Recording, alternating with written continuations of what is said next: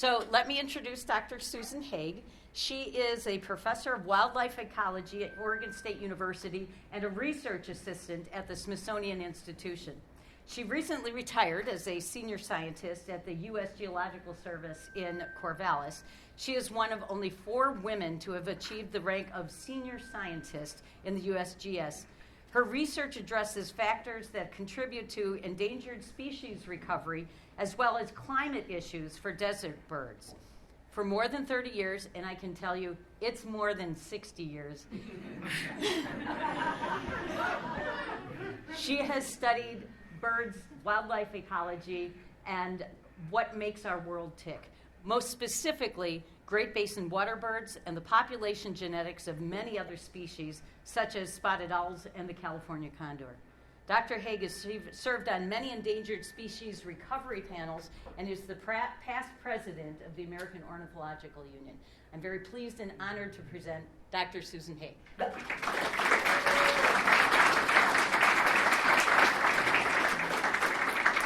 I obviously know almost every person in this room, so thank you so much for coming.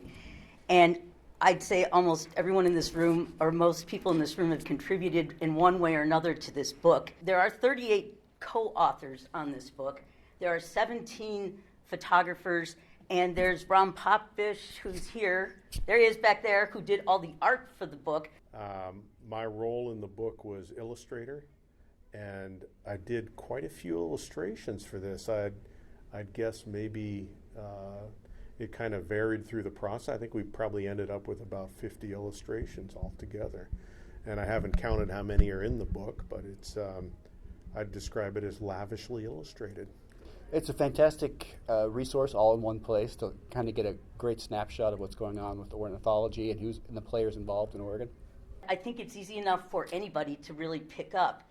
And it could be a high school student or it could be a legislator, but they're just very short vignettes that will give you the essence of what went on in ecosystems or in bird conservation over the past 150 years. It can be used for so many different things, and it's not highly scientific. It leads to all the scientific data that's behind it, but it's an easy read by whether you're a politician or a layperson or a student. So I would encourage other states to follow this path. I think it's going to be very valuable. We wanted to have people that didn't know much about ornithology understand just sort of the techniques we're talking about in the book and that sort of thing. I think this book is a great example of conservation work focused on birds in a particular place, the state of Oregon, but serves as an example of how we might chronicle and keep track of and share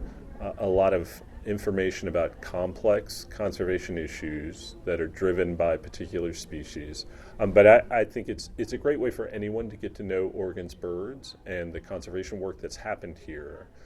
We're hoping that AOS will take this on as a new initiative and that they will take our book as an example and try and get groups that will have one produced for every state and every province. I think if other states embarked on projects like this, it would really be useful from a policy standpoint, such that there would be a comprehensive set of overviews like this in all states, available to all legislators and policymakers.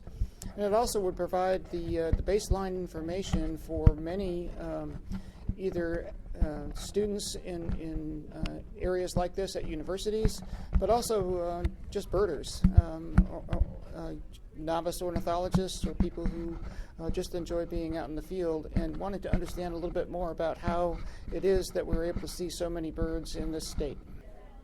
I think my advice to people who want to write a book like this is to follow this format, because the scientists that were brought together, the photographers, the artist, created a wonderful book that's easy to read.